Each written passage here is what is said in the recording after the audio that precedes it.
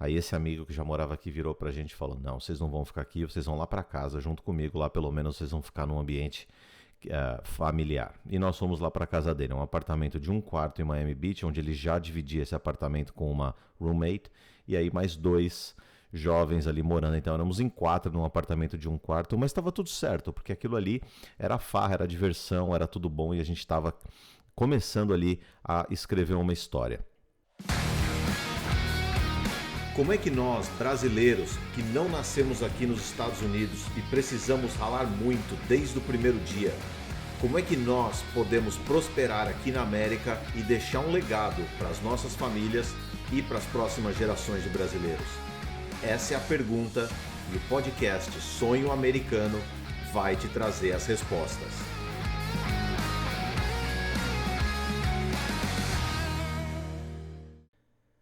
(23 de janeiro de 2000). Uma manhã chuvosa em São Paulo e eu no banco de trás do carro dos meus pais a caminho do aeroporto de Guarulhos, em São Paulo, com uma passagem com destino final Miami. Eu tinha 21 anos de idade e eu tinha decidido no ano anterior que eu viria para os Estados Unidos realizar o maior sonho da minha vida, que era construir a minha vida aqui nos Estados Unidos. Um sonho que eu tinha desde criança, por isso desde muito cedo eu fui aprender inglês sozinho. Eu lembro que quando eu era pequeno eu assistia os filmes dublados na Rede Globo. Eu colocava fita crepe na tela da televisão para me forçar a não ler as legendas e conseguir e ficar ouvindo o que os atores falavam em inglês e com isso começar a aprender a língua. E isso eu nem sabia na época, mas isso estava sendo uma preparação para o meu destino, para o meu futuro. E aí naquele dia eu, junto com um amigo meu, viemos juntos para cá, pegamos o avião em Guarulhos, chegamos no aeroporto de Orlando naquele mesmo dia de noite e aí pegamos uma conexão com destino final Miami. Um voo da Transbrasil, na época ainda, quem nasceu aqui nos anos 70 ou começo dos anos 80 se lembra da Transbrasil. E aí chegando em Miami, um amigo meu que já morava aqui em Miami há alguns anos, uns 2 anos já, foi nos pegar no aeroporto. Nós tínhamos uma reserva num albergue em Miami Beach. Chegando lá, o lugar era impossível de se ficar, um lugar cheio de jovens do mundo inteiro que não cuidavam em nada da limpeza do quarto, o quarto totalmente com cheiro de toalha molhada, horrível. Aí esse amigo que já morava aqui virou pra gente e falou: não, vocês não vão ficar aqui, vocês vão lá pra casa junto comigo, lá pelo menos vocês vão ficar num ambiente familiar. E nós fomos lá pra casa dele, um apartamento de um quarto em Miami Beach, onde ele já dividia esse apartamento com uma roommate, e aí mais dois jovens ali morando. Então éramos em quatro num apartamento de um quarto, mas estava tudo certo, porque aquilo ali era farra, era diversão, era tudo bom e a gente estava começando ali a escrever uma história. Essa roommate desse amigo meu disse pra gente que a gente precisava de duas coisas aqui nos Estados Unidos para dar certo. A gente precisava de um carro e de um celular. E a gente não tinha nenhum nem outro. Então ela falou: amanhã de manhã a gente vai pro meu trabalho, vocês me deixam lá, fica com o meu carro e com o celular e no final do dia vocês vão me buscar. E foi assim que começou a minha jornada aqui nos Estados Unidos. Numa segunda-feira, dia 24 de janeiro de 2000, eu me vi dirigindo um carro que eu nunca nem tinha visto que existia, indo sei lá para onde, para tentar conseguir sei lá o quê, mas eu sabia que eu precisava conseguir alguma coisa. E aí se passaram alguns dias, nós fomos em vários lugares procurar emprego, desde campo de golfe para aplicar para emprego de catador de bolinha.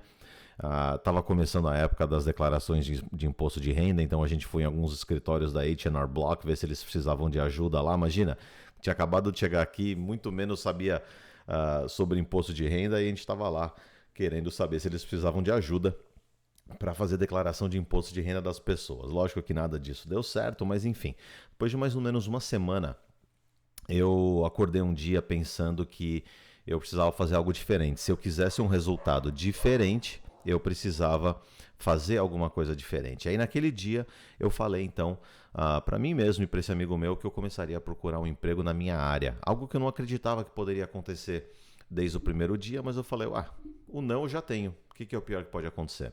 E aí eu peguei um jornal do dia, abri a seção de classificados de empregos e fui ali procurar alguma coisa alguma oferta de emprego na área de design gráfico, que era a minha formação e a minha carreira que eu tinha no Brasil antes de vir para cá. O primeiro anúncio dizia que era uma empresa procurando uma pessoa, e aí eles listavam algumas qualificações e eu me identifiquei com aquele anúncio e resolvi ligar para aquele lugar. Não sabia que tipo de empresa que era nem nada. Quando eles atenderam, eu pensei comigo mesmo, falei, eu vou ser o mais honesto possível, de cara já vou falar qual é a situação, se eles puderem me ajudar, eles já vão poder me ajudar desde agora, não vou precisar esperar depois. E aí eu falei com a pessoa, que depois eu descobri que era o dono da empresa, e eu falei, olha, meu nome é Aldo, eu acabei de chegar aqui do Brasil, faz uma semana que eu estou morando aqui, eu vi que vocês estão precisando de uma pessoa para trabalhar nessa área com essas qualificações, eu sei isso tudo, isso é o que eu faço, agora existe uma situação. Eu preciso de um visto de trabalho aqui nos Estados Unidos. Eu já sei tudo o que eu preciso fazer, não é nada muito complicado e não vai custar nada para a empresa. Eu vou arcar com isso tudo. Se você estiver disposto a conversar comigo com essas condições, me passa o endereço e eu vou aí encontrar você para falar. A resposta dele foi o seguinte: vem aqui, me mostra o que você sabe fazer e a gente conversa depois. Mais ou menos uma hora depois dessa conversa, eu estava no escritório deles. Quando eu cheguei lá, eu percebi que se tratava de uma gravadora musical. E isso para mim, na verdade, foi uma surpresa muito positiva, porque eu sempre gostei muito de música, sou músico também, toquei em bandas grande parte da minha vida. Então, quando eu cheguei ali, eu falei, não é possível. Um trabalho na minha área de design gráfico, em uma gravadora musical, isso aqui é bom demais para ser verdade. Mas aí eu aprendi que quando Deus dá as coisas pra gente, ele não dá pela metade, ele dá por inteiro. Entrei junto com esse amigo meu que veio para cá comigo, que era fotógrafo e estava com o portfólio dele de fotografia junto com ele, e conversando por uns 5 minutos com o dono da empresa, ele entendeu, ele já começou a me fazer perguntas, mas me fala, que história é essa de advogado e visto de trabalho? Eu expliquei para ele da maneira mais simples possível. Falei, olha, a gente vai precisar aplicar para um visto de trabalho, isso eu sei que custa mais ou menos tanto, mas não se preocupa com isso, eu vou arcar com essas despesas todas, a única coisa que a empresa precisa fazer é assinar o papel como sendo sponsors do visto. Ele falou, faz o seguinte, senta ali naquele computador, e em 10 minutos me cria uma capa de um CD. Eu falei, tá, legal, mas qual é o tema? Quem é o artista? Ele falou, não importa, inventa tudo aí, faz qualquer coisa, daqui a 10 minutos eu volto para ver você. Aí eu falei assim, caramba, né? Que teste esse? Virei para esse amigo meu fotógrafo, falei, você tá com suas fotos aí, né? Ele falou, tô. E naquela época ainda carregava-se fotos impressas, né? Não era tão digital como é hoje. E aí eu falei, bom, deixa eu olhar o seu álbum aí. Comecei a folhear o álbum dele, vi uma foto de um Fusca que ele tinha feito, falei, pronto, tá aí, vou fazer uma capa de um CD de música de viagem, né, e vou colocar esse Fusca na capa. Aí peguei a foto, coloquei num scanner, escaneei a foto, abri o computador e comecei a mexer. 10 minutos depois ele virou, o dono da empresa voltou para olhar o que eu estava fazendo, eu ainda estava finalizando, ele falou, pode parar, você está contratado. Eu falei, não, como assim?